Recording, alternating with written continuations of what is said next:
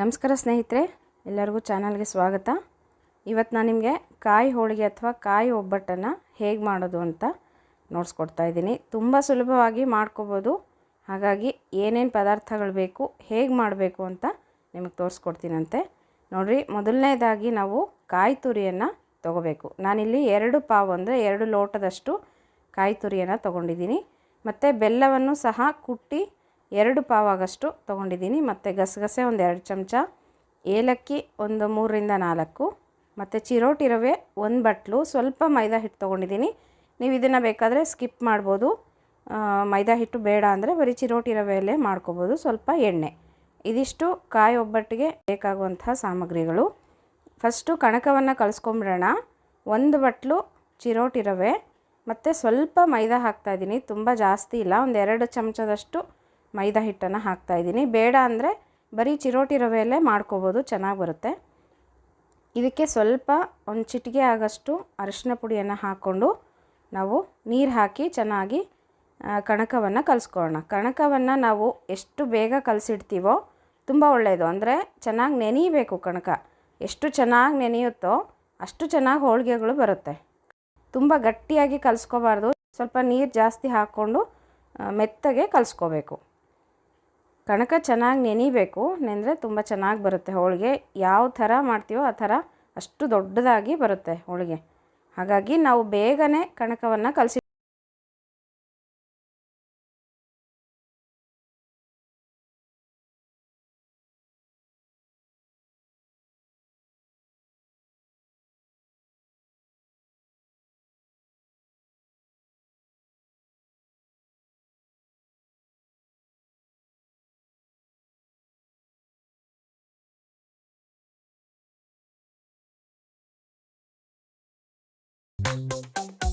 ನೋಡಿರಿ, ಸ್ವಲ್ಪ ಎಣ್ಣೆ ಜಾಸ್ತಿ ಹಾಕ್ಕೊಂಡು ಎಣ್ಣೆಯಲ್ಲೇ ಈ ಕಣಕವನ್ನು ನೆನೆಸಿ ಇಟ್ಬಿಡಬೇಕು. ಈ ಥರ ಕಲಿಸ್ಕೋಬೇಕು. ಕಲಸಿ ಚೆನ್ನಾಗಿ ನೆನೆಯೋಕ್ಕೆ ಬಿಟ್ಬಿಡೋಣಂತೆ. ಒಂದು 3-4 ಅವರ್ಸ್ ನೆಂದರೆ ತುಂಬ ಚೆನ್ನಾಗಿ ಬರುತ್ತೆ ಹೋಳಿಗೆ. ಅದಕ್ಕೋಸ್ಕರ ಇದನ್ನು ಚೆನ್ನಾಗಿ ನೆನೆಯೋಕ್ಕೆ ಬಿಟ್ಬಿಟ್ಟು ನಾವು ಹೂರಣವನ್ನು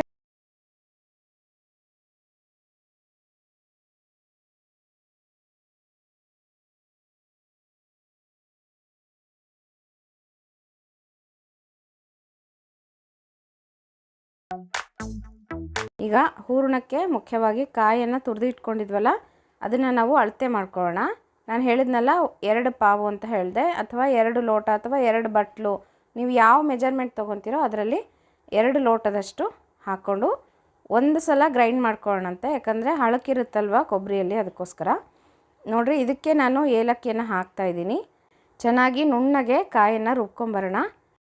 ನೋಡಿರಿ, ನಾನು ಇಲ್ಲಿ ರುಬ್ಬಿದ್ದೀನಲ್ಲ, ಈ ಥರ ನೀರೆಲ್ಲ ಹಾಕಬಾರ್ದು, ಹಾಗೆ ಗ್ರೈಂಡ್ ಮಾಡಬೇಕು. ಚೆನ್ನಾಗಿ ಮೆತ್ತಗಾಗುತ್ತೆ. ಈ ಥರ ಆದರೆ ನಮಗೆ ಹೂರಣ ಮಾಡೋದಕ್ಕೆ ತುಂಬ ಚೆನ್ನಾಗಾಗುತ್ತೆ. ಕಾಯಿ ಹೋಳು ಇದ್ಬಿಟ್ರೆ ನಮಗೆ ಲಟ್ಸೋದಕ್ಕೂ ಬರೋದಿಲ್ಲ, ಹೋಳಿಗೆ ಹರಿಯುತ್ತೆ. ಅದಕ್ಕೋಸ್ಕರ ನುಣ್ಣಗೆ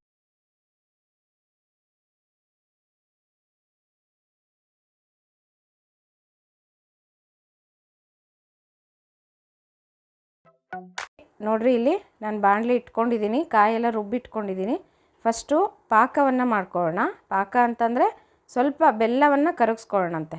ನಾನಿಲ್ಲಿ 2 ಲೋಟ ಅಥವಾ 2 ಪಾವಷ್ಟು ಬೆಲ್ಲವನ್ನು ತೊಗೊಂಡಿದ್ದೀನಿ. ಇದಕ್ಕೆ ಸ್ವಲ್ಪ ನೀರನ್ನು ಹಾಕಿ ಚೆನ್ನಾಗಿ ಬೆಲ್ಲವನ್ನು ಕರಗಿಸ್ಕೊಳ್ಳೋಣಂತೆ.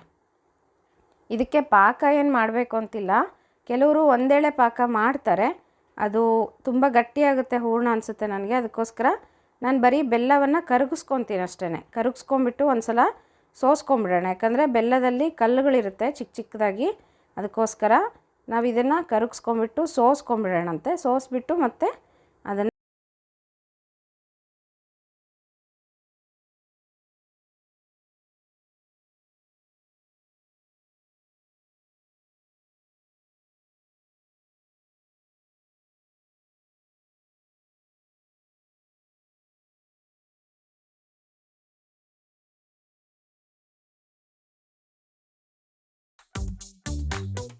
ಈ ಥರ ಬೆಲ್ಲ ಸೋಸ್ಕೋಬೇಕು. ಯಾಕಂದರೆ ಕಲ್ಲಿದ್ದರೆ ನಮಗೆ ಹೋಳಿಗೆಯಲ್ಲಿ ಕರಕರ ಅನ್ನುತ್ತೆ. ಅದಕ್ಕೋಸ್ಕರ ಪಾಕ ಕುದಿಯೋವಾಗ ಇದಕ್ಕೆ ನಾವು ರುಬ್ಬಿರ್ತಕ್ಕಂತಹ ಕಾಯಿಯನ್ನು ಹಾಕ್ಕೊಂಬಿಡೋಣ.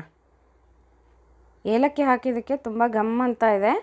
ನೀವು ಇದಕ್ಕೆ ಹಾಕ್ಕೊಂಡು ರುಬ್ಕೊಂಡ್ರೆ ಒಳ್ಳೆಯದು. ನೀವು ಇಲ್ಲಾಂದರೆ ಏಲಕ್ಕಿ ಪುಡಿ ಹಾಕ್ತೀರಿ ಅಂದರೆ ಹೂರಣ ಮಾಡುವ ಸಮಯದಲ್ಲಿ ಹಾಕ್ಕೋಬೋದು ನೀವು. ಹಾಕ್ಕೊಂಡು ಚೆನ್ನಾಗಿ ಕಲಿಸ್ಬೇಡ ಅಂತ ಈ ಥರ. ಆಮೇಲೆ ಈ ಥರ ಕಲಿಸೋವಾಗ ಕೈ ಆಡ್ತಾ ಇರಬೇಕು, ಹೂರಣ ಆಗೋ ತನಕನೂ ಕೈ ಆಡಿಸ್ಬೇಕು, ಯಾಕಂದರೆ ತಳ ಹತ್ತು ಬಿಡುತ್ತೆ. ಅದಕ್ಕೋಸ್ಕರ ದಪ್ಪವಾದ ಬಾಣಲಿಯನ್ನು ಇಟ್ಕೊಂಡು ನೀವು ಹೂರಣವನ್ನು ತಯಾರಿಸ್ಕೊಳ್ರಿ. ಈ ಥರ ಚೆನ್ನಾಗಿ ಕಲಿಸ್ತಾ ಇರಬೇಕು. ಕಲಿಸ್ತಾ ಅದು ಹೂರಣದ ಹದಕ್ಕೆ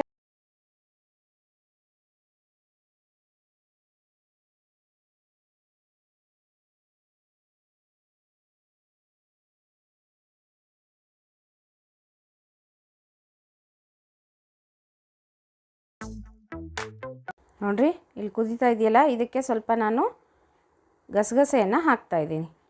ಗಸಗಸೆ ಹಾಕೋದ್ರಿಂದ ಒಳ್ಳೆ ಟೇಸ್ಟ್ ಬರುತ್ತೆ ನಮಗೆ ಹೋಳಿಗೆಗೆ. ನೋಡಿರಿ, ಇಲ್ಲಿ ಆಗ್ತಾ ಬರ್ತಾ ಇದೆ, ಸ್ವಲ್ಪ ಗಟ್ಟಿ ಆಗ್ತಾ ಇದೆ ಅಲ್ವಾ. ಹೂರಣ ಮಾತ್ರ ಸರಿಯಾಗಿ ಮಾಡ್ಕೋಬೇಕು. ತುಂಬ ಗಟ್ಟಿ ಆಗಿಬಿಟ್ರೆ ಅದಕ್ಕೆ ಪಾಕ ಎಲ್ಲ ಮಾಡ್ಕೊಳ್ಳೋದಕ್ಕೆ ಹೋಗಬೇಡ್ರಿ. ಒಂದು ಸ್ವಲ್ಪ ಹೆಚ್ಚು ಕಡಿಮೆ ಆಯ್ತಂದರೆ ಹೂರಣ ತುಂಬ ಗಟ್ಟಿ ಆಗುತ್ತೆ. ಆವಾಗ ನಿಮಗೆ ಹೋಳಿಗೆ ಲಟ್ಸೋದಕ್ಕೆ ಬರೋದೇ ಇಲ್ಲ, ಅದು ಕಲ್ಲಾದಂಗೆ ಆಗಿಬಿಡುತ್ತೆ ಹೂರಣ. ಅದಕ್ಕೋಸ್ಕರ ನೋಡಿರಿ, ಈ ಥರ ನೀವು ನೋಡ್ಕೊಳ್ರಿ. ಒಂದು ಸ್ವಲ್ಪ ಕೈ ಒದ್ದೆ ಮಾಡಿಕೊಂಡು ಉಂಡೆ ಥರ ಕಟ್ಕೊಂಡು ನೋಡಿ. ನಿಮಗೆ ಹೂರಣದ ಹದಕ್ಕೆ ಬಂದಿದೆ ಅಂತಂದರೆ ಆರಿಸ್ಬಿಡಿ, ಮತ್ತು ಅದು ತಣ್ಣಗಾದ್ಮೇಲೆ ಇನ್ನೂ ಗಟ್ಟಿ ಆಗುತ್ತೆ. ಅದಕ್ಕೋಸ್ಕರ ನಾನಿಲ್ಲಿ ಉಂಡೆಗಳನ್ನು ಮಾಡಿ ಇಟ್ಕೊಂಡಿದ್ದೀನಿ. ಈ ಥರ ಕೈಗೆ ಹತ್ತಬಾರ್ದು, ಕೈಗೆ ಹತ್ತದೇ ಇರೋ ಥರ ನಾವು ನೋಡಿಕೊಂಡು ಒಂದು ಸ್ವಲ್ಪ ಎಣ್ಣೆ ಕೈ ಮಾಡಿಕೊಂಡು ಉಂಡೆಗಳನ್ನು ಮಾಡಿ ರೆಡಿ ಮಾಡಿ ಇಟ್ಕೊಂಡ್ಬಿಡೋಣ ಮುಂಚೆನೇ. ನಿಮಗೆ ಆ ಥರ ಏನಾದರೂ ಗಟ್ಟಿ ಆಗ್ತಾಯಿದೆ ಗಾಳಿಗೆ ಅಂತಂದರೆ ಅದನ್ನೊಂದು ಸ್ವಲ್ಪ ಒಲೆ ಮೇಲೆ ಇಟ್ಕೊಂಡು ಒಂದು ಚೂರು ನೀರು ಚಿಮುಕ್ಸ್ಕೊಂಡು ಬಿಸಿ ಮಾಡ್ಕೋಬೋದು. ಹಾಗಾಗಿ ಮತ್ತೆ ಅದು ತಣ್ಣಗಾದ್ಮೇಲೆ ಮತ್ತೆ ಗಟ್ಟಿ ಆಗುತ್ತೆ. ಹಾಗೇನಾದರೂ ಆಯಿತು ಅಂದರೆ ಆ ಥರ ಮಾಡ್ಕೊಳ್ಳಿ. ಈಗ ನಾನಿಲ್ಲಿ ಎಲ್ಲ ಉಂಡೆಗಳನ್ನು ಮಾಡಿಟ್ಕೊಂಡಿದ್ನಲ್ಲ, ಈ ಕಣಕ ನೋಡಿರಿ ಚೆನ್ನಾಗಿ ನೆಂದಿದೆ. ಈಗ ಈ ಥರ ಇದನ್ನು ಚೆನ್ನಾಗಿ ನಾದ್ಕೊಳ್ಳೋಣಂತೆ. ಹೀಗೆ ನಾದಬೇಕು. ನಾನು ಈಗೆಲ್ಲಿ ತೋರಿಸ್ತಾ ಇದ್ದೀನಲ್ವ, ಇದೇ ಥರನೇ ಚೆನ್ನಾಗಿ ನಾದ್ಕೊಂಡ್ರೆ ಹೋಳಿಗೆ ತುಂಬ ಚೆನ್ನಾಗಿ ಬರುತ್ತೆ. ಕೆಲವರು ಕುಟ್ಟೋದ್ರಿಂದ ಕುಟ್ತಾರೆ, ಹಾಗೂ ಮಾಡ್ಕೋಬೋದು. ಈ ಥರ ನಾದಬೇಕು ಕೈಯಿಂದ. ನೋಡಿರಿ, ಚೆನ್ನಾಗಿ ನಾದಿದ್ದೀನಿ. ಈಗ ಸ್ವಲ್ಪ ಕಣಕವನ್ನು ತೊಗೊಂಡು ಹೂರಣ ತುಂಬೋದನ್ನು ತೋರಿಸ್ತೀನಂತೆ ನಿಮಗೆ. ನಾನಿಲ್ಲಿ ಎಣ್ಣೆ ಹಚ್ಬಿಟ್ಟು ಮಾಡ್ತಾಯಿಲ್ಲ, ಅಕ್ಕಿ ಹಿಟ್ಟು ಹಾಕ್ಕೊಂಡು ಲಟ್ಟಿಸ್ತಾ ಇದ್ದೀನಿ. ನಾವು ಇದೇ ಥರನೇ ಹೋಳಿಗೆಗಳನ್ನು ಮಾಡೋದು. ಹಾಗಾಗಿ ನಿಮಗೆ ಎಣ್ಣೆಯಲ್ಲಿ ಮಾಡ್ತೀನಿ, ಎಣ್ಣೆ ಹಚ್ಬಿಟ್ಟು ಮಾಡ್ತೀನಿ ಅಂದರೆ ಹಾಗೂ ಮಾಡ್ಕೋಬೋದು. ನನಗದು ಅಷ್ಟು ಚೆನ್ನಾಗಿ ಬರಲ್ಲ, ಅದಕ್ಕೋಸ್ಕರ ನನಗೆ ಇದೇ ರೂಢಿ, ಹೀಗೆ ಮಾಡ್ತೀನಿ. ಇದು ತುಂಬ ಚೆನ್ನಾಗಿ ಬರುತ್ತೆ, ಒಂದು ಸಲ ಟ್ರೈ ಮಾಡಿ ನೋಡಿ. ನೋಡಿ, ಈ ಥರ ಹೂರಣ ಏನಾದರೂ ಗಟ್ಟಿಗಾಗಿದ್ದರೆ ಒಂದು ಸ್ವಲ್ಪ ಕೈಯಲ್ಲಿನೇ ಈ ಥರ ಮೆತ್ತಗೆ ಮಾಡಿಕೊಂಡು ಇದರೊಳಗಡೆ ತುಂಬೋಣಂತೆ. ಸಿಹಿ ತುಂಬ ಜಾಸ್ತಿ ಆಯಿತು ನಿಮಗೆ, 2 ಪಾವ್ಗೆ 2 ಪಾವು ಅಂತಂದರೆ ನೀವು ಸ್ವಲ್ಪ ಕಡಿಮೆ ಹಾಕ್ಕೋಬೋದು ಬೆಲ್ಲವನ್ನು. ಒಂದು 2 ಪಾವು ನೀವು 2 ಲೋಟದಷ್ಟು ಕಾಯಿ ತುರಿ ತೊಗೊಂಡ್ರೆ 1/4 ನೀವು ಬೆಲ್ಲವನ್ನು ಹಾಕ್ಕೋಬೋದು. ನೋಡಿ, ಈ ಥರ ಮಾಡಿಕೊಂಡು ಈಗ ಹಿಟ್ಟು ಹಾಕ್ಕೊಂಡು ಲಟ್ಸೋಣಂತೆ. ಅಕ್ಕಿ ಹಿಟ್ಟು ಹಾಕಿ ಲಟ್ಸೋದ್ರಿಂದ ನಮಗೆ ಕೆಳಗಡೆ ಹತ್ತಲ್ಲ, ಆಮೇಲೆ ತುಂಬ ಚೆನ್ನಾಗಿ ಬರುತ್ತೆ ಹೋಳಿಗೆ. ನೋಡಿರಿ, ತುಂಬ ಈಸಿಯಾಗಿ ಮಾಡ್ಕೋಬೋದು. ಎಷ್ಟು ದೊಡ್ಡದಾದರೂ ಬರುತ್ತೆ. ಅದಕ್ಕೆ ನಾನು ಹೇಳಿದ್ದು ಕಣಕ ಮಾತ್ರ ತುಂಬ ಚೆನ್ನಾಗಿ ನೆನಿಬೇಕು. ಆಮೇಲೆ ಹೂರಣನೂ ಕರೆಕ್ಟ್ ಹದಕ್ಕೆ ಮಾಡ್ಕೋಬೇಕು, ಆವಾಗ ತುಂಬ ಚೆನ್ನಾಗಿ ಬರುತ್ತೆ ಹೋಳಿಗೆಗಳು. ಈಗ ಇದನ್ನು ಬೇಯಿಸೋಣಂತೆ ನಾವು.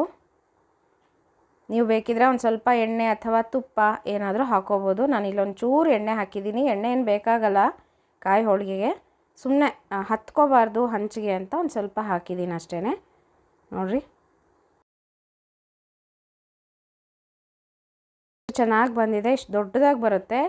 ಕಣಕ ಚೆನ್ನಾಗಿ ನೆಂದ್ಕೊಂಡ್ರೆ ತುಂಬ ಚೆನ್ನಾಗಿ ಲಟ್ಟಿಸ್ದಾಗೆಲ್ಲ ನಾವು ಹೇಗೆ ಲಟ್ಟಿಸ್ತೀವೋ ಹಾಗೆ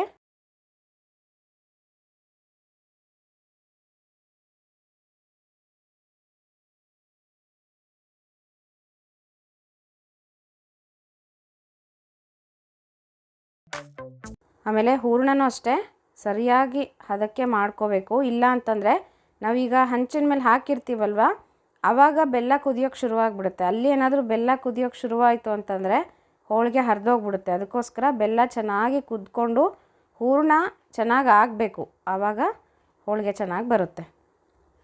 ನೋಡಿರಿ, ಇಲ್ಲಿ ಆಗ್ತಾಯಿದೆ. ನಾನು ಈಗ ತಿರುಗಿಸಾಕ್ತೀನಿ. ನೋಡಿರಿ, ಎಷ್ಟು ಚೆನ್ನಾಗಿ ಬರ್ತಾಯಿದೆ.